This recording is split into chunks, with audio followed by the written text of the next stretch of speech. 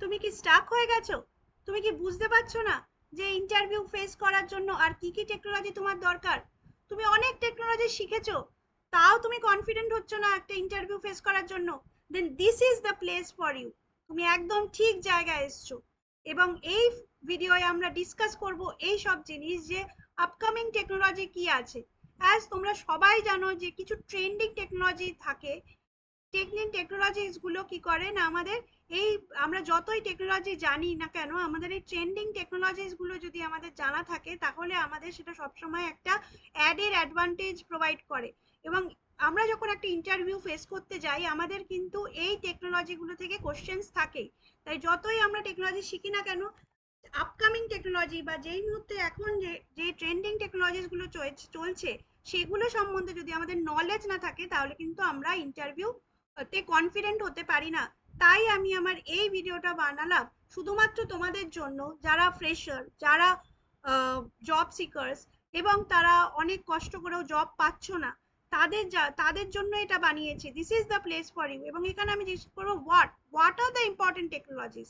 Technology তো বহু আছে, কিন্তু কোন টেকনোলজি গুলো তোমাদের জানা দরকার টু গেট আ জব, সেইটা আমরা ডিসকাস করব।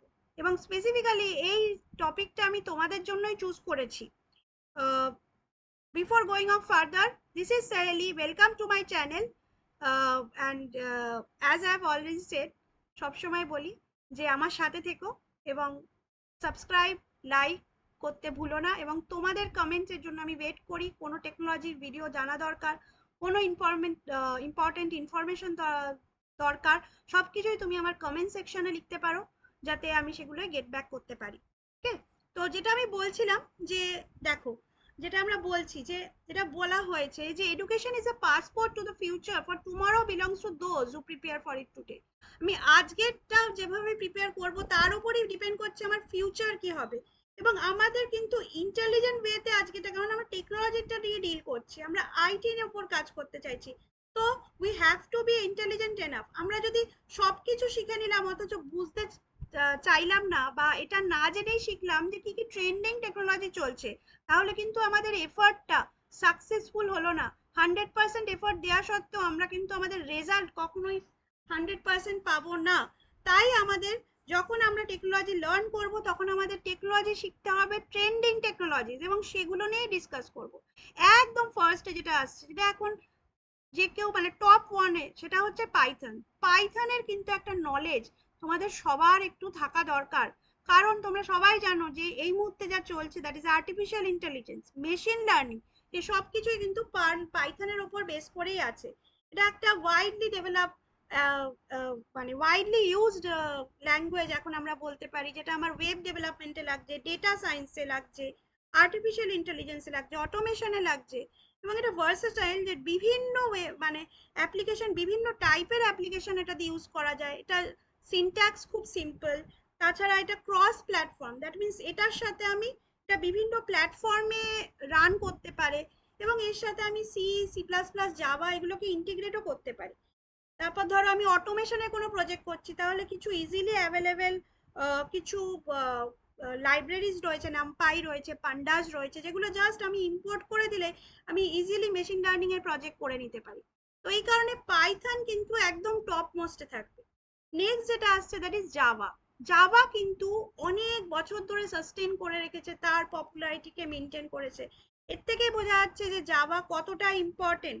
কারণ জাভা, জাভার যে মানে বিভিন্ন রকম application, mainly mobile applications, enterprise level application, যাই বলো কেন, হেলথ কেয়ার সিস্টেমে বলো, ব্যাংকিং সিস্টেমে বলো, ফিনান্সে বলো, সব কিছুর অ্যাপ্লিকেশন ডেভেলপ করার জন্য কিন্তু আমাদের জাভা লাগছে।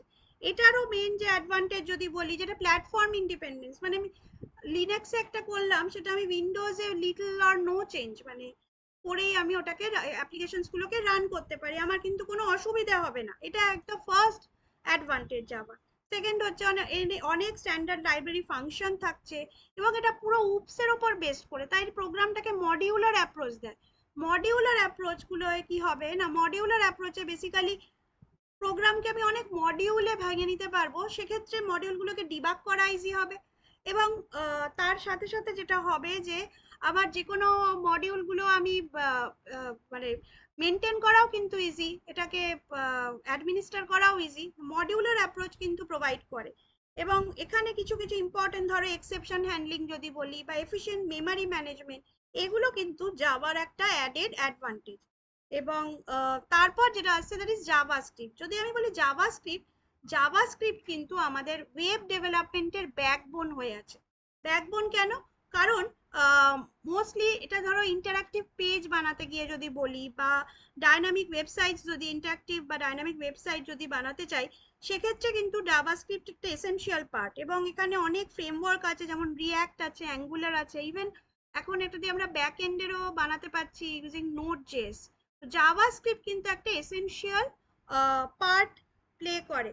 এবং জাভাস্ক্রিপ্ট জানা থাকলে সেটা কিন্তু তোমার একটা ওয়েব ডেভেলপমেন্টের ক্ষেত্রে বা ওয়েব ডেভেলপমেন্ট ল্যাঙ্গুয়েজে এই কোম্পানি যারা ওয়েবের ওপর কাজ করে তাদের ক্ষেত্রে কিন্তু এটা একটা এসেনশিয়াল থাকে যে জাভাস্ক্রিপ্ট জানাটা।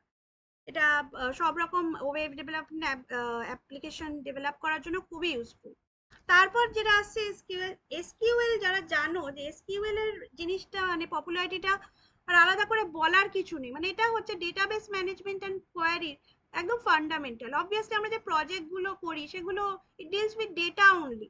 তো এটা হচ্ছে সেই প্রোগ্রামিং ল্যাঙ্গুয়েজ সিকুয়েল যেটা দিয়ে আমরা ডেটাটাকে ইজিলি ম্যানেজ করতে পারি, রিট্রিভ করতে পারি, ডেটাটাকে নিয়ে আমরা রিপোর্টিং করতে পারি, আমরা এই সব কিছু করতে পারি। তাই data management, retrieval, manipulation, data definition কিরম হবে, আরডিবিএমএস এর সব কিছু করতে গেলে আমার যেটা এসেনশিয়াল দ্যাট ইজ হচ্ছে এসকিউএল। এসকিউএল এবং কোয়ারি এইটার কিন্তু একটা খুব ভালো হোল থাকা এটা কিন্তু খুব দরকার। ডেটা ম্যানেজমেন্ট কোম্পানিজ বলো বা সব কোম্পানির বলো অ্যাজ আ হোল, কি করে সবাই সবাই কি করে না, সবাই এখানে কিন্তু ডেটার ওপরই কাজ করে। এবার যেটা আমরা বলছিলাম যে ওয়েব ডেভেলপমেন্ট টেকনোলজি, এটার কিন্তু একটা বেসিক আইডিয়া, মানে how the how the web server client server architecture works, what is the 3 tier architecture, এই সম্বন্ধেও কিন্তু একটা বেসিক আইডিয়া থাকা দরকার। যে ফ্রন্ট এন্ড বলতে কি বোঝাচ্ছে, ব্যাক এন্ড বলতে কি বোঝাচ্ছে, এবং এইচটিএমএল এর বেসিক ট্যাগ সম্বন্ধে একটা বেসিক আইডিয়া এটা কিন্তু থাকা দরকার। তার সাথে সাথে যেটা আমরা বললাম একটা আমার জাভাস্ক্রিপ্টের আইডিয়া, সেটা তো অবভিয়াসলি একটা অ্যাডেড অ্যাডভান্টেজ, কারণ most of the IT companies যারা ধরো হায়ার করছে তারা কিন্তু মোস্টলি ওয়েবের ওপরই কাজ করে। এবং এরপর একটা যে নতুন জিনিস যেটা এখন খুবই এসেনশিয়াল হয়ে গেছে, সেটা কিন্তু হচ্ছে গিট। গিট কি? গিট is a version control system, আমরা বলতে পারি ভিসিএস। ভিসিএস মানে কি? এখানে আমরা কি করতে পারি, আমরা ভার্সন কন্ট্রোল মানে ধরো এক একজন যখন প্রজেক্টে একটা বড় প্রজেক্টে কাজ হচ্ছে, তো এক একজন তার নিজের কোড গুলোকে আপলোড করতে পারছে এবং এখানে ভার্সনিং থাকছে। ভার্সনিং এ কি থাকে না, কি কি চেঞ্জেস হলো এবং সেই চেঞ্জটা কে করলো, এই পুরো ট্র্যাকিংটা কিন্তু করা হয়। তো এখানে কোলাবোরেটিভ প্রোগ্রামিং, যেখানে ধরো একটা প্রজেক্ট তো একজন করে না, সেখানে প্রচুর স্টুডেন্ট একসাথে করছে, বা প্রচুর স্টুডেন্ট না এমপ্লয়িজ, তো কোলাবোরেট করার জন্য কিন্তু গিটটা খুবই ইউজফুল। এবং গিটের একটা বেসিক আন্ডারস্ট্যান্ডিং কিন্তু তোমাদের থাকা দরকার। এটা কিন্তু এখন সব অর্গানাইজেশনে এটা কিন্তু ইউজফুল। তাহলে যে ব্রাঞ্চিংটা কিভাবে হচ্ছে, এক একটা ব্রাঞ্চ ধরো এক একজন ডেভেলপার এক একটা ব্রাঞ্চে কাজ করছে এবং তারপর ব্রাঞ্চগুলোকে মার্জ করা হচ্ছে কিভাবে, কিভাবে ম্যানেজমেন্টটা হচ্ছে, তো পুরো এই ভার্সন কন্ট্রোলিং সিস্টেম এর কিন্তু একটা বেসিক আইডিয়া থাকা দরকার। তারপর যেটা আমরা বলছিলাম দ্যাট ইজ ক্লাউড। ক্লাউড আর কিছুই না, তোমরা জানো যে এটা হয়ে গেছে এখন একটা ইন্টিগ্রাল পার্ট হয়ে গেছে আইটির। কারণ ক্লাউডে কি হয় না, আমরা এই সার্ভিসেস গুলো যে কম্পিউটার সার্ভিসেস যেগুলোর মধ্যে ধরো সার্ভার, স্টোরেজ, ডেটাবেস, এগুলোকে আমরা মানে রেন্টে নিতে পারছি, এগুলোর জন্য আমরা বাই না করে রেন্টে নিতে পারি। তো হোয়াট ইজ ক্লাউড কম্পিউটিং বা এগুলোর একটা এক্সাম্পল জানা, এর বেসিক আইডিয়াগুলো কিন্তু খুবই দরকার। এবং তারপর যেটা আসছে মেশিন লার্নিং অ্যান্ড এআই, এগুলো যদি তোমার জানা থাকে, মেশিন লার্নিং অ্যান্ড এআই এর কোনো প্রজেক্ট করা থাকে, সেটা কিন্তু তোমার সিভিকে বা রিজিউমেকে একটা আলাদা পুশ দেবে বা আলাদা অ্যাডভান্টেজ প্রোভাইড করবে। তো আশা করি আমার তোমাদের এই জন্য বানানো এই ভিডিওটা তোমাদের কাছে হেল্পফুল হবে। এইরকমই ইউজফুল ভিডিওর জন্য আমার সাথে থেকো, আমার চ্যানেল সাবস্ক্রাইব করো এবং লাইক করো, এবং তোমাদের কমেন্টের জন্য আমি ওয়েট করব। Thank you.